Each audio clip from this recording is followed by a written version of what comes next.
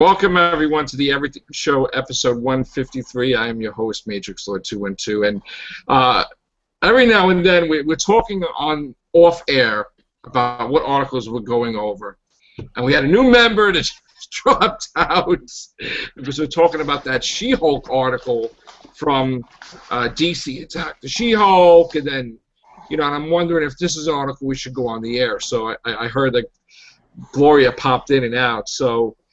We're not going to be doing that article today, but I am going to talk. I'm Matrix Lord 212. This is Everything Show 153, and here is David. What's up, David? What's up, everyone? What's up, Graham? What's up, Joe? What's up, Stephen? What's up, Tim? What's up, David, Tim? What's up, Graham? Watch the road. Are you finished with your what's up, Dave? What's up, everyone? Yeah. What's up, Steve? What's up? What's up, Steve Price? Hello. What's up, Beefhead? There's only one Beefhead. That's right. What's up, Tim? What's up? Okay, so I'm just going to say this. There was an article, DC bashed the She-Hulk character, saying expletive, nasty things. Stan Lee got angry, said that's not true, and your character is this, and your character is that, blah, blah, blah. And now it's Marvel vs. DC all over again. And probably we're going to get a She-Hulk movie out of the deal now because DC just brought attention to She-Hulk. So I am going to say that I'm not going to... We were talking about if we should say it on the air, and I was just reading the article to the panel. I'm not going to say the nasty stuff that the guy said on air. We were just talking about it off air. But I am going to say that Jennifer Walters is the cousin to Bruce Banner. She is also a lawyer, and she is a superhero. So I think that was very original, where Bruce Banner didn't want to be the Hulk. She wanted to be the She-Hulk, okay?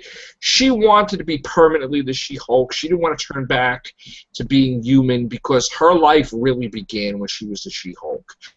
She felt important. She felt it improved her life dramatically, and also she remained a lawyer. And just like Daredevil's a lawyer, She-Hulk's a lawyer. So there was a storyline by John Byrne where she had battled these space alien cockroaches and stuff like that, and because of the radiation that she used to kill them, she was stuck permanently in the form of She-Hulk, and she was perfectly fine with it. I, for one, think that the She-Hulk character is original. I don't like the disgusting things that were said, and I say DC Comics because it's the guy that's doing Batman vs. Superman. I'm not even David Goyer, I believe, and I'm really not happy with the mudslinging of DC and Marvel. Okay, I think we're all tired of it.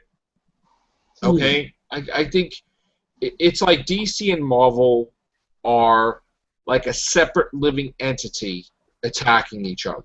Okay, and now we know that Batman vs. Superman is coming out on the same day as Captain America. The thing is that the movie got canceled. Okay, so they moved up Ant-Man in the spot of Batman vs. Superman originally. All right, nothing wrong with that because no DC movie was coming out. So Captain America 3 announced their date, and for spite, DC Comics has got to put it the exact time that Captain America 3 is. Okay, so they're the ones that are making the waves. DC Comics, Warner Bros., whatever. So they're basically trying to attack Marvel, thinking, okay, they start mudslinging. I think it's DC Comics that's doing bad form here. I think that they're constantly trying to get Marvel pissed off and all the creators and all the writers and artists to basically lower themselves to attacking them back. And I, for one, think that Batman vs. Superman is going to get killed by Captain America 3. And I say that because I'm a Marvel fan, and I'm kind of biased, but I don't see anything in Batman vs. Superman that's appealing. Okay? I'm hearing rumors that they're going to recast the Joker in this movie as Adrian Brody just to get another Joker in there. But he's the main antagonist of the movie. Now, I have no idea if that's true or not. Get me fit.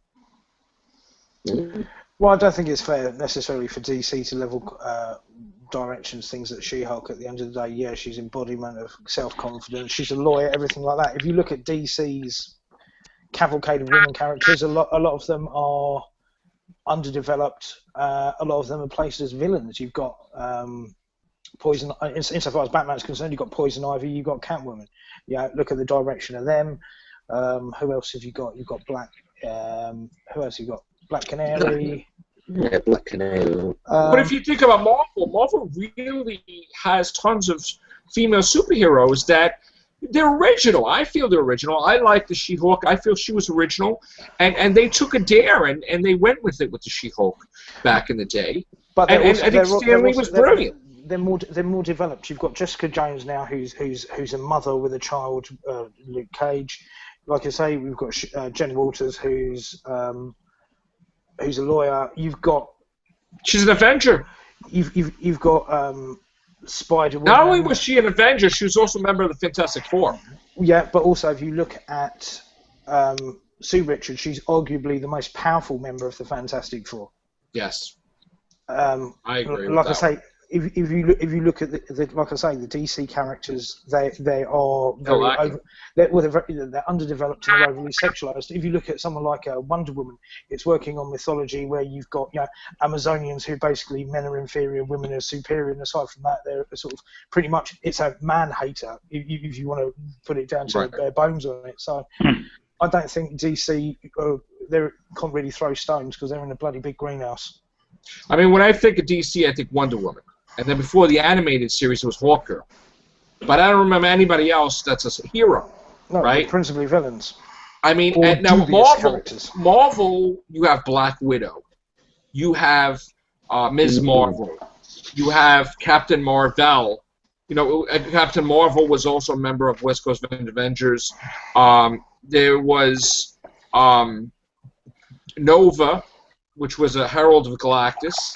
Sif. You know, she was, and then we have, there's like tons. She-Hulk, we have Mockingbird, Tigra, there was Hellcat. That's not to say they haven't got their share of female villains, but but there's a healthier balance. Sharon Carter, which was even, you know, that's Captain America's girlfriend. You know, she had her own book at one point, I think a one shot or something like that. But like Marvel has tons. Oh, Black Cat, hero. Marvel has tons of female strong lead characters. Valkyrie, I think Valkyrie. Yeah, tons. But they're more developed. They're more rounded. And we are going to see that. It's far superior to DC. Far superior. And we're going to see this. We're going to see, Storm, you know, and Jean Grey, Phoenix. I mean, we're going to see this. We're going to see a female movie by Marvel Comics, and I hope it's She-Hulk.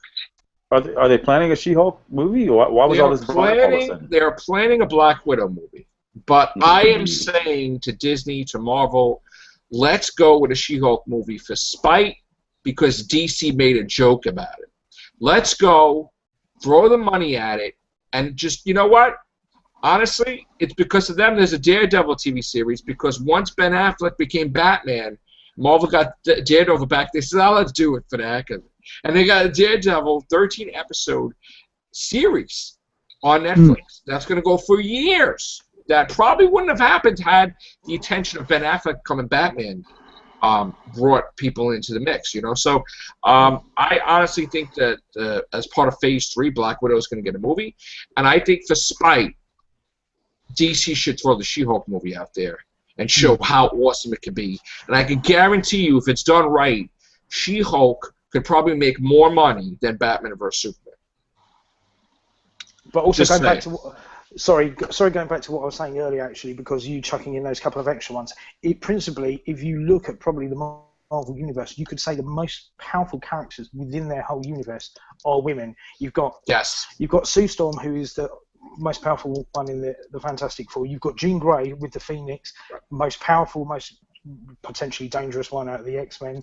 Then you've got Spider-Woman with regards to the Avengers, Right. the role she plays. And then on the reverse side of it, you've got someone like Madame Hydra, who's the leader of the opposing organisation. They're the most powerful characters within it, and they're And you got females. Viper, who is Wolverine's wife.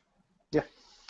Which I am going to say, let's start this. Let's take as many Marvel superhero female characters that we can, and just go off on a tangent. All right, let's start with the Invisible Woman. Okay, now here it is, Fantastic Four. Correct me if I'm wrong. 281. All right, Reed Richards goes for Doctor Doom, who's about to die.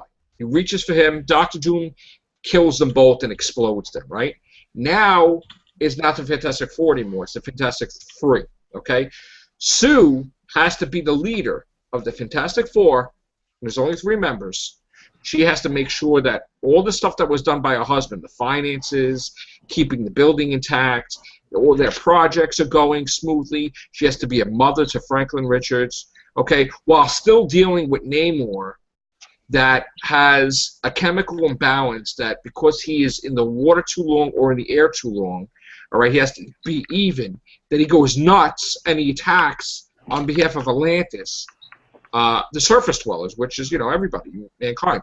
And she has to deal with that threat as well as all the threats, and she has to be the leader. Now, they find out so many years later that Reed Richards is alive and Doctor Doom's alive. And she goes on this whole quest through different universes without the knowledge of making inventions, okay? Without that expertise of if something goes wrong, they're trapped there forever. She becomes a true leader of the Fantastic Four, daring the impossible, going after her husband. And she finds her husband in a freaking cave, totally mentally messed up because he cannot make any technological device to get home because it's like the Stone Age in the cave in the past. Okay? She gets them together, okay? And then finally, she finds that her husband, she has to go through the mental destruction that went in this man's head that for years he didn't see his wife and kid at the time. So she has to be the leader, and she also has to try to get him to be the leader, okay? Then they finally get everything situated. He becomes the leader. He gets out of all this. And then they go into a battle with the Celestials. The Celestials punish him and Doctor Doom. They trap Reed Richards in Doctor Doom's armor, and they leave Doctor Doom in the desert with no armor. Okay? So now, as a failsafe to the armor, Reed Richards is becoming Doctor Doom. Reed Richards is murdering people, is doing all stuff that Doctor Doom would do. She has to deal with this, okay, and she has to marry him as Doctor Doom so they can be control of Latveria, right? That everybody turns against them. Avengers, every superhero there is, saying, what is up with them, okay? Finally, she makes a decision as leader again to team up with Doctor Doom, okay, with the Thing, with the Human Torch, to save her husband and get him out of the armor. Okay, now that's crazy in itself. She does. They do the right thing. Doctor Doom honors the deal where he's not going to strike, whatever, and Reed Richards is back to normal, and Doctor Doom is back with the armor, okay? And you know what? Lo and behold, through different time travel things, when she had a miscarriage, all right, Tom got a little timey-wimey, the baby that she lost with Franklin Richards' powers was put back in her womb, okay? And she got to give birth to that child that she lost, Valeria, okay? That Doctor Doom was the only one that could save her and the child, and she made a conscious decision to allow him to do that, and he became the godfather to her child. And also put a special spell incantation that would protect the kid or have him mentally linked with have her mentally linked with her godfather, Doctor Doom. How crazy is that? That they battle him, and if the kid's running around, Doctor Doom stops because that's his grandchild. It's like crazy. But this is the stuff. Like, she's a strong, strong woman. She became the Queen of Atlantis. She became all these different things. She is like one of the strongest of Marvel's finest. Okay? And this is who Sue Richards is. And her powers aside, her powers are more. Oh. She's got the most. She has the most powerful stuff in her artillery, I suppose, out of all 4 of them. Had she be dark, she could kill everybody. She could basically cut off the oxygen supply by creating a force field around their larynx and kill them instantly. I mean, she could put them in a force field that could shrink and she could turn them to guts. I mean, literally. I mean, she had one time, I think, put the whole world in a force field. She almost died protecting it from different things. I mean, when they had to take on Onslaught, forget about it. You know, that was like nuts. So I'm just saying, like, Marvel's characters are definitely, you know, awesome. Well, I said they're insofar as superpowers are concerned, they're actually ranked higher than the guys. To be honest with you. Now, She-Hulk, she saw this as having fun. I mean, she was a boring lawyer. She had no fulfillment in her life. She just was tired of it. She looked up to her cousin Bruce. She wished that she was the Hulk like he was. Something happened. I don't know what the origin thing was. I think she was dying, or I think he gave her his blood or something. Yeah.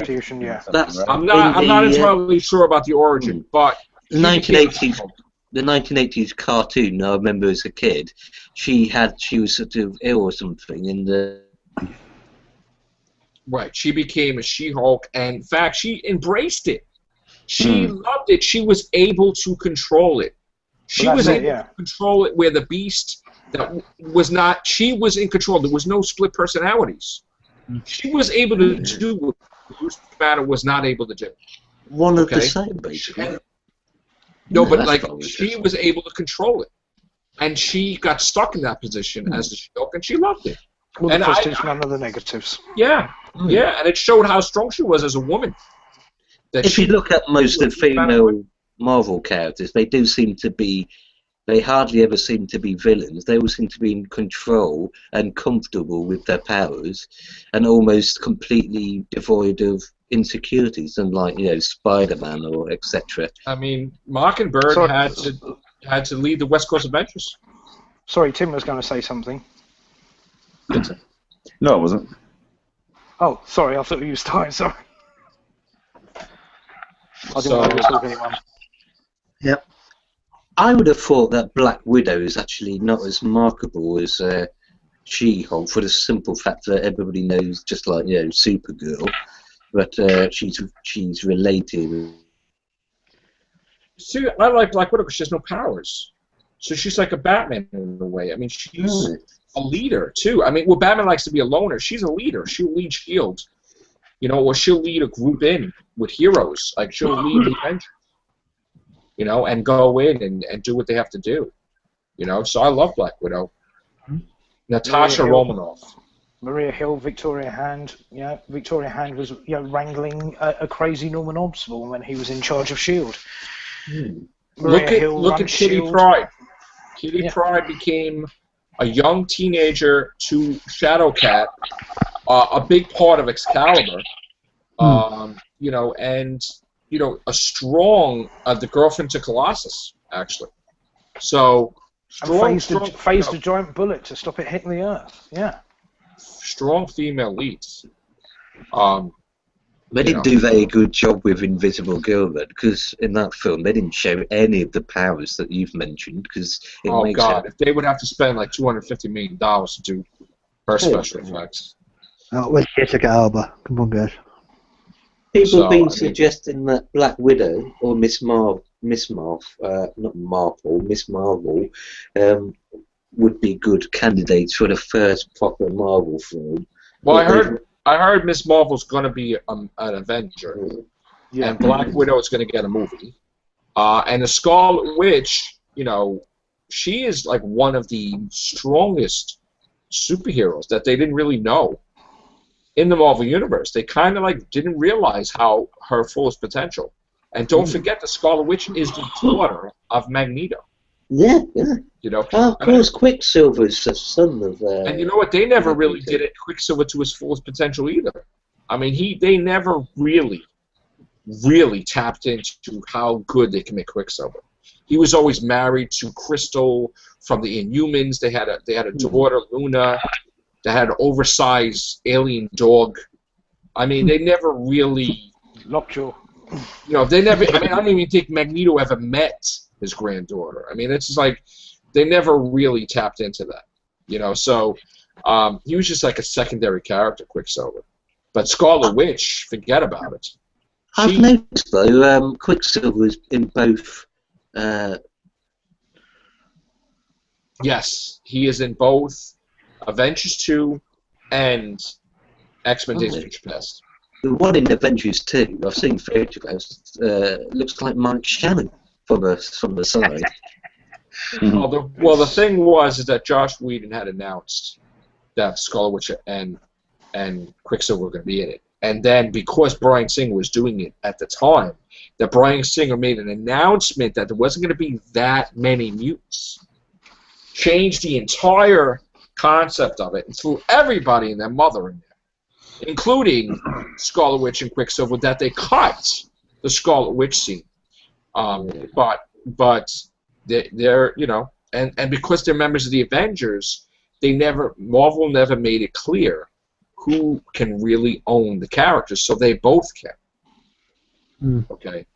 And this is also interesting geek fact is that Aaron Taylor Johnson, who plays Quicksilver in Avengers 2, was in Kick-Ass, and he was best mates with the guy who played Quicksilver in Days of Future Past. Oh, There you go. So 2 Quicksilvers in one movie. Might see that again. And the Quicksilver that plays Kick-Ass wants to do another Kick-Ass movie. So now that they're becoming famous, they may be able to get that pull to get it done.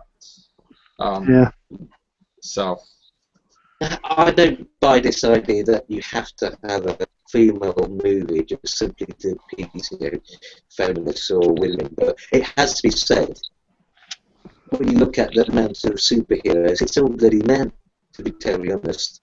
Well, you know what, too? The action figure concept, being that I worked in retail, they always put like one Invisible Woman per case, one She-Hulk figure per case. They never gave them the proper quantity because they thought they would never sell, which is disgusting. I mean, Invisible Woman was like worth $100 immediately when she came out because it was so rare to get her. She-Hulk was worth something. All the female characters, they put one per case or one per 10 cases because they really never believed that they would sell. That's a fact, actually. So it's crazy. Shouldn't they have had She-Hulk then, or another character instead of Black Widow? Because really, she's sort of ineffectual. Black Widow, I think, deserves a movie. I think that Scarlett Johansson has proven herself that she deserves to be given a movie. The She-Hulk, I feel Marvel should do for spite because of DC just. Like David Goyer from Batman vs Superman opened his mouth and badmouthed the character. I think that they should really. I think it's a thing. If I was working for Marvel, if I was one of the big wigs, I would say, okay, you know what? He's badmouthing our character. Now let's throw $200 million behind her. And then when she becomes a success, it's their fault that we made the movie. It's like I would do that for spite because they make movies for anything. I mean, if you could make an Ant-Man movie. You can make a She-Hulk movie. Well, I don't see the difference. At the moment. What? We can't make an Ant-Man movie at the moment. Yeah, I know. Carol Ann's against it. Yeah, well, yeah. So, all right. So, I mean, this is really about comic characters. Who's beeping? Somebody's beeping. Oh, David. Okay. Dave too. All right. Okay, let's do a topic we can all talk about now. Yes, I'm sorry. I left everybody out. I've got an idea. 2 characters I'd love to see in films that I've noticed have lots of popularity. One, Deadpool, obviously. Nothing like that bloody Wolverine X-Men Origins. And also, one that I absolutely love. I watched the episode in Arrow where I thought she was going to appear all 3 episodes. Instead, I was a bit disappointed that she literally just got a few lines of dialogue, but it was the best bit of the episode, and that's Harley Quinn. I would love to see a flipping Harley Quinn movie. Because apparently she just a character who Batman cartoon series, and she was so popular that she was very popular. Yeah, inserted into the comics. She is here to stay, Harley Quinn, because of her She's popularity. sexy. They should bring her. They should put her in a, I wonder if they're all going to recast the Joker. Do you think they would dare that right now? Tim? What?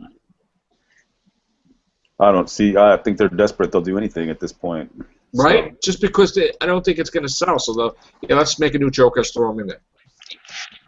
Too That's many why- in there already. Yeah, I don't understand why they're still scripting as they're making it. I mean, that makes no sense. You know what? I have no idea. I mean, yeah, that's weird. They're filming now, right? I mean, I don't know. Yeah. I don't know what they're doing with that. That title, Dawn of Justice. Can you see Yeah. That was pretty bad. Yeah. That's just not. You got Lex Luthor there. Why do you really want to overcrowd it? I know. It's like, but I mean, really, do we need to? And they announced the outlook, right, for the next couple of movies, and they totally left out Man of Steel 3. So, like, do we really do that to Superman? I mean, why can't you just leave him alone and make his own movies? I think Batman vs Superman should not count as Man of Steel 2. I really think that they should surprise everybody with a Man of Steel 2 and a Man of Steel 3.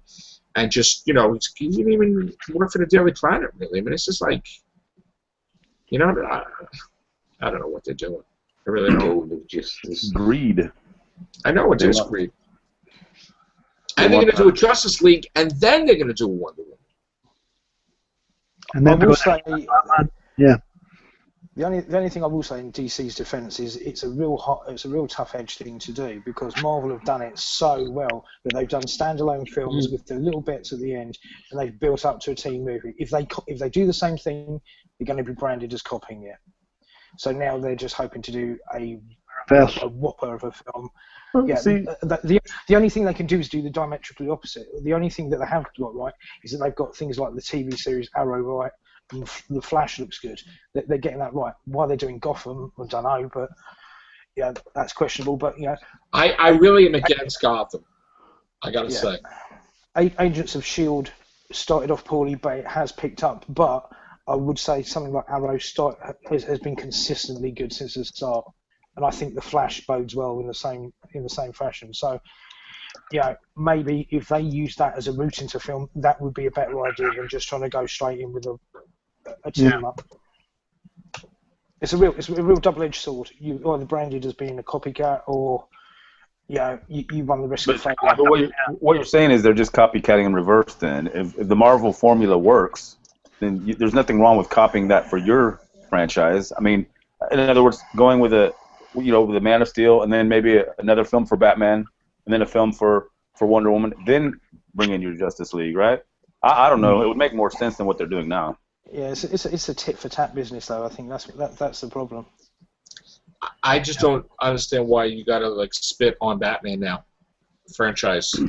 Like you're talking about Justice League, you're talking about what about a Batman movie? Do you feel not confident as Ben Affleck as Batman, so you refuse to announce a Batman movie? I think that's what it is. I think they're waiting to see how he does because they're afraid that they don't think he can make it as bad. No, I wouldn't try to psychoanalyze them. Oh man, Tim. There is no way in hell they're going to give him a rebooted franchise. No way, right? But why would they sign him for 6 movies then? Are they 6 movies necessarily as Batman? Yeah. When did that come out? That's why they signed his contract. It wasn't just 1 movie. I heard that it was 6 weeks. They're completely stumped, really, because they were completely taken by surprise by Marvel, having the genius of, not originally actually wanting to connect all the films together, but later deciding it in a masterstroke to do it. And then, of course, they found themselves, they watched in envy, seeing Marvel making a huge amount of cash for the Avengers Assemble. And after decades and decades of still being, in essence, considered, second best Marvel in some respects, like we've already discussed, they have it confirmed by the fact that while Marvel are ruling, the masters of the films right now, they're the master of television. If that's true, and they've signed him for 6 movies as Batman, does that include this movie here? It's Batman or Bruce Wayne. Yeah, this includes it. Yeah. But Right, none of those are going to be standalone Batman. Justice League's obviously the other one. That's 2. Right. So you must assume if they heard their end of the bargain, they're going to give him the next rebooted franchise. But I thought in this movie he's supposed to be playing an older version of Batman.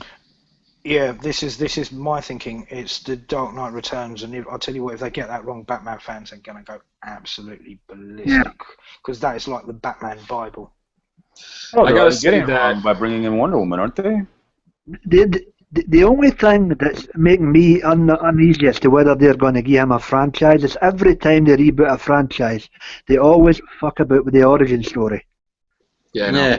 You know, and they can't do that with Affleck's version of Batman if he's already preceded in another movie.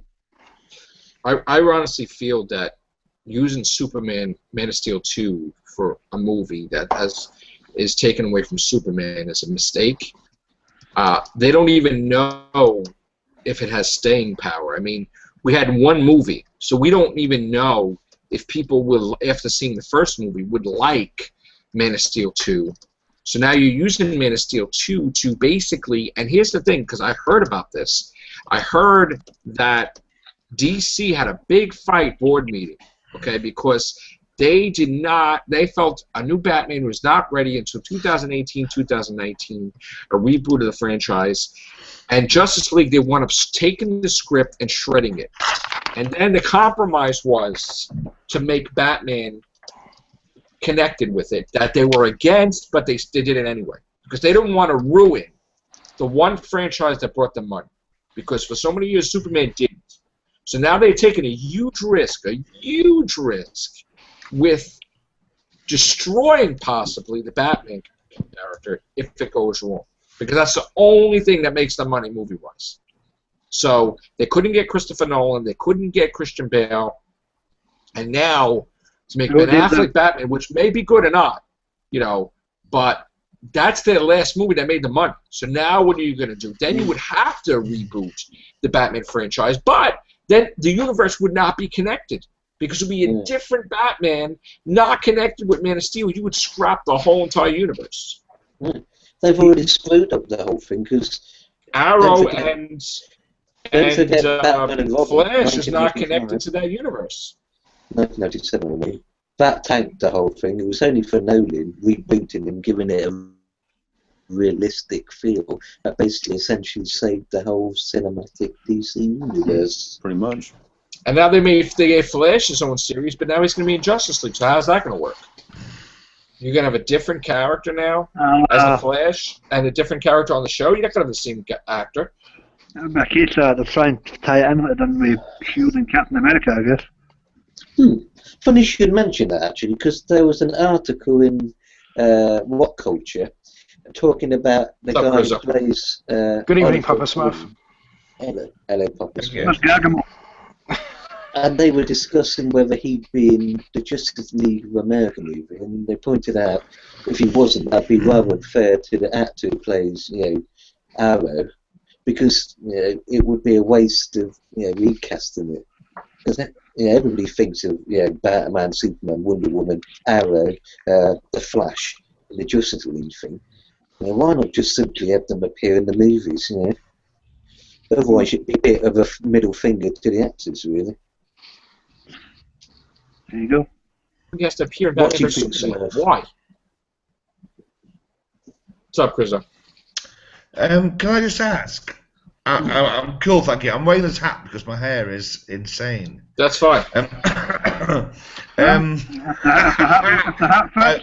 No, I've had a nap this evening and my hair is completely not suitable. It's called Grizzle, right? No.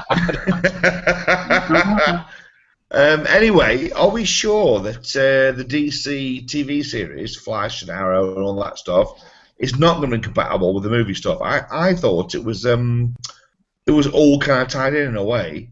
I don't think it's gonna. No? No, I don't think so. Okay. I mean, I could be wrong. I have been wrong plenty of times, but I don't think so. Because here's the thing. they don't want to screw everything up. So if Batman vs Superman's a bomb, and you connect it with Green Arrow, and Arrow and Flash, you're gonna destroy everything. So they're not even confident in their products.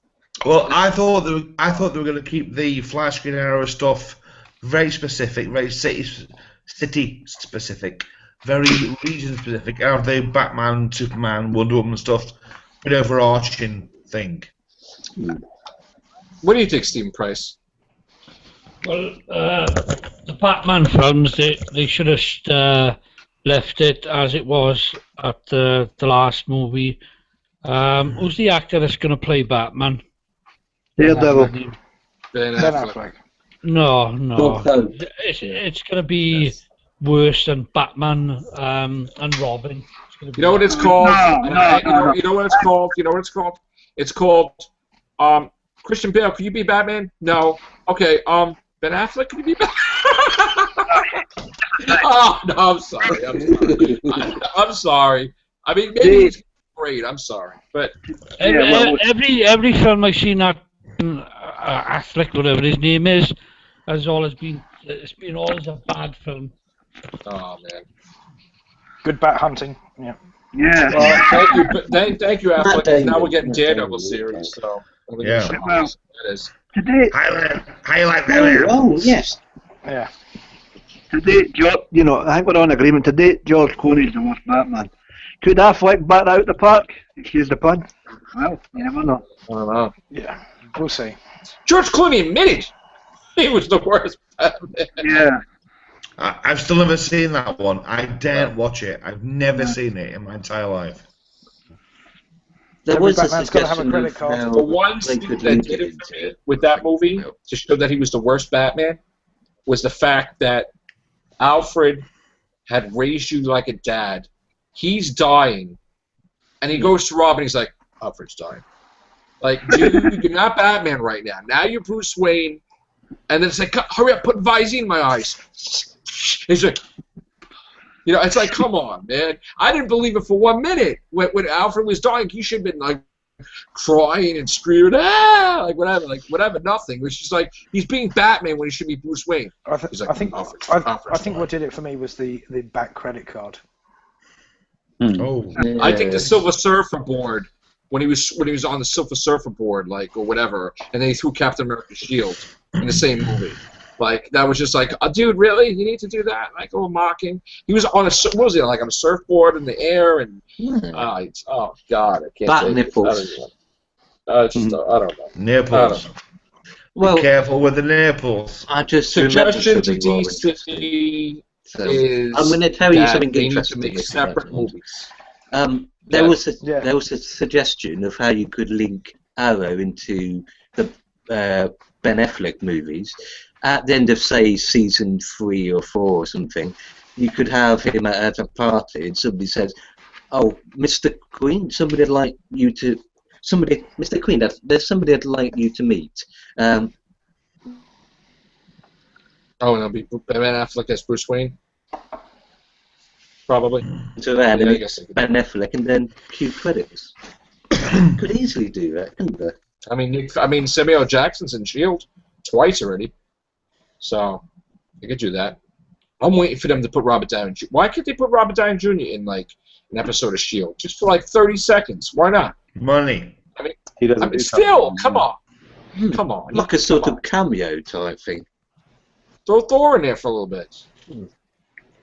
Chris Evans was in the Thor 2 movie for seconds because he was Loki. They could do stuff like that. That's just Possible. Yeah. I think they could throw the Iron Man suit in there, but not pay Robert Downey, and that would work. You could have the CGI and the suit doing something there, but the block to the actual major actors will be just a cash thing. Or they could have the suit and Robert Downey Jr. just do the voiceover. Yeah. That's it. I think DC, first of all, Marvel has been planning a Namor movie for so friggin' long, and they basically said probably Dwayne Johnson would be perfect as Namor. Now you want to talk about Aquaman all of a sudden? You haven't talked about Aquaman for ever. Maybe you made a video game about Aquaman, but come on. Like, really? So I just... Would that work, Joe? Would it really work? I mean, Namor would work because he was in like the 30s, 40s, around the time of war, and you see Atlantis coming up with old New York and then Captain America and the Invaders and all the different clothing and wonderful cultures of that time period of the 30s and 40s, and now you see an invasion against New York, which is Atlantis. That would be perfect movie. And you could do the Torch, which is the android. You could do Captain America, the Invaders. That would be awesome. And then you flash forward with Namor 2, where he's in present time. I mean, and he has amnesia, and he didn't know who he was. You know, the Fantastic Four found him, but you don't have to have the Fantastic Four. You could do something else. But I really feel that a Namor movie would be like an $800 million movie. I've always visualized. I love that time period around the 30s and 40s, and old school cars, and New York City, you know, and then you have like an Atlantis invasion. With Captain America and the very few heroes that they had, the Torch, which was the android Human Torch, but it wasn't human, and a few of the different characters. I always felt that would be the perfect movie to do, and it wouldn't be like, you know. What's the matter, Sal? They made a reference to another reference to JLA in the Arrow series. There's a bit at the end of the last episode of season 2 where Oliver Queen says, "Where can I get a job? Where can I get a job as an ex-superhero with archery skills? Who would hire me?" And that was a Justice League of America reference, because I thought, of course. And like you said, Joe, you like 30s, 40s. Well, they've done the Agent Carter thing. See, this is what makes DC seem to be a little bit timid. You know, it's funny. Connecting into Batman. They've got all these characters like Harley Quinn appear in the Arrow series, and yet they don't have Batman reference or Gotham reference hardly. And Hawkeye is in the Avengers movie, which he shoots arrows, and the DC is like, "Oh, let's do Arrow show, Green Arrow, because let's capitalize on the success of Hawkeye, which we know that Green Arrow came first." But Marvel just put Hawkeye out there, so they're like, let's make money off of Hawkeye and use the character that came before, Green Arrow. We'll call it Arrow, and I mean that's exactly what they did. Yeah, but again, I think it's a budget thing. I think some characters suit TV budgets better than movies. Right. And I've not watched Arrow. Apparently, it's pretty cool. I gotta say, I love the first episode, and I'm on the second episode, and I have nothing against the show, but common sense is common sense. Hawkeye was he's coming back. But Hawkeye was in the movie, and now you just made money off that by bringing Arrow into the picture that you never had plans before. So, just saying. It's just stupid. They got a effing green. Yeah, they got the Green Arrow. And they signed Ryan Reynolds because they didn't want him to do Deadpool. So they give him 3 movies. He does Green Lantern. It's a bomb, and they're holding on to him, so he can't do it. I'm sorry, David, but they're holding on to him. They got all these references that are quite clearly, like I said, you know, him clearly mentioning who could hire me, an ex-superhero with archery skills. Who else but, you know, Superman and Batman? And yet they're copying out, basically. They're cheating the audience. They drop all these little hints, which Marvel don't do. They go the whole hog and have Samuel Jackson appear, like you said. But it just gives me the impression that DC are just little bitches, really. I see DC shows as separate universes because they don't want to commit to bringing everything down. So Gotham is an alternate reality, of course, to what we see today. Arrow is an alternate reality with the Flash to the movies. And I think after Batman vs. Superman, they will reboot the Batman franchise, which will not connect it to Superman, and they will split the universes again because they can't get it right. They're looking to make that big payday without building a story behind it that makes sense. So what are you going to do? We know that Superman is going out with Wonder Woman in the comics in 2013, right? But he wasn't going out with her when they were created. the 40s, the 50s, the 60s, the 70s, the 80s, the 90s even. There was like a thing they kissed once or something, and that was it. Now they have T-shirts at Hot Topic where Wonder Woman's got her tongue down his throat, and like all these girls got to buy these shirts. It's like ridiculous. And this is what they capitalize on it. Superman going out with Wonder Woman in a Batman vs Superman movie. Which, are you serious? You just started Superman. So why are you throwing Wonder Woman in there? That's ridiculous. A huge fandom for Arrow, so them not including or progressing it further like Marvel have is an absolute moronic decision. It really is dumb. And it's kind of taking the piss out of the fandom as well. Marvel reward fandom all the time. They leave little hints, they listen to them. The only thing they haven't done is, which is a bit weird, is not have a Loki film. Because he's fucking huge with the girls' fans, you know. He should have his own movie. But you know what, too? Black Cat needs to appear in a Spider-Man movie as the Black Cat, not Felicia Hardy, the Black Cat. Because she was always the one. There's like Gwen Stacy, there's Mary Jane, but people forget he was with the Black Cat for a time. Okay? So, like, they need to focus on it. They don't do that. I beg your pardon? So. That was me scratching my head. We got our frustrations on comic book wise, but Graham, what do you have to say? Greg Rizzo.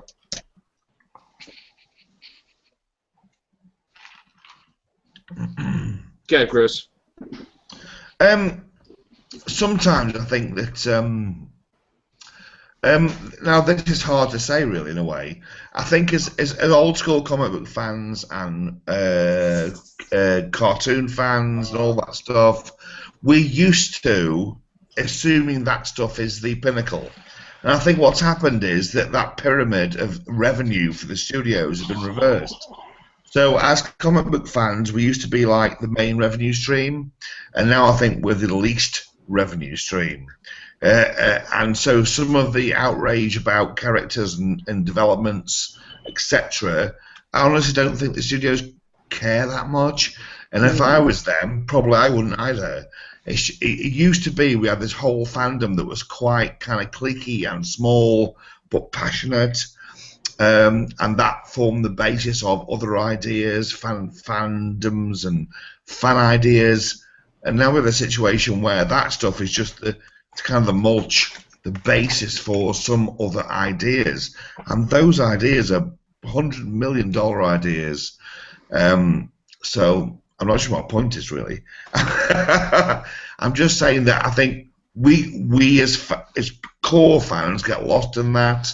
But in a way, maybe. But we're not stupid fans. We're smart. I know, but you know. I know what you're saying. Basically, in the money stakes, we're lower on the totem pole than the cinema. That's what is the guys who buy comic books are lower on the totem pole. Yeah, and that's not always bad. That's not always bad, Tim. It's you know at least that stuff gets out on a wider basis. And if you've got superhero shows by DC and Marvel on TV. They're on a kind of lower level or lower part of the universe. I'm happy. I'm actually happy with that because at least they're on TV. At least it wasn't like in the 80s where I go to a comic convention and there'd be like 25 people, you know, just buying stuff. Yeah, we used to buy everything. Like I used to at one point in time buy every Marvel comic that was coming out. Yeah, and I mean, stuff was like, you know, it's like. You know, I went to a comic convention in my hometown in the 80s and I met Alan Moore, and there was literally Alan Moore and me and 3 people talking to him, which was great, but it was nothing like Comic-Con, San Diego, all that stuff. Oh, yeah. So, you know, it was okay. You sat there smoking cigarettes, talking stuff. Fine. Different time. Oh, exactly, yeah. And when I met Stan Lee, I was going, he was going to dinner. And I was going for my hotel room because I was on a GameStop conference, AB Games conference, and like it was in Florida, and I'm like, oh my God, I'm your biggest fan. And he's like, as well you should be, and I'm like, oh my God, I'm like, I couldn't even believe. Hi Joe, how you doing? I'm Stan Lee. I was like, that was the highlight of the day. I just, you know, Stan Lee told me off, like, you know, it was great. I loved it, but I got to meet him again. My favourite bit from meeting Alan Moore was him saying to this small group of us that he's going to hand Miracle Man over to this young writer, young British writer. No one had heard of him. He said, but I got faith in him. I had meetings with him. He's a great guy, Neil Gaiman. You know what I mean? And I never fucking heard of Neil Gaiman ever. And Alan Moore's like this, going, I'm gonna give it to Neil Gaiman. He's fucking great. Neil Gaiman. I mean, I read his comics when he was doing. I mean. Yeah, Violent Cases was the first thing I read by him. So he was doing Spawn. He was doing Angela. So which is now Thor's sister because he owns the character now and it's giving it to Marvel, and that's Thor's sister, Angela from the Spawn universe, which is awesome. So, all right, guys, let's close this out. We could always continue this at another time and get more members in here and make this like really deep because I feel that DC is making a mistake with their movies. All different opinions. And you know what? We want more opinions on it. So if you want to see more comic book talk on the Everything Show, give us a comment below, and hopefully we can get Gloria in here to talk about the Everything Show stuff and comic books. And we'll see her on the Real Hovians. All right. So like I said, when we do these shows, we talk about stuff off the air. Should we do this article? Should we do that article? And it's off air. And we're just trying to see if this is important or not, and I think we scared Gloria away. So sorry about that. And hopefully you can watch this show and change your opinion. Yeah. Off air, I'll take this off.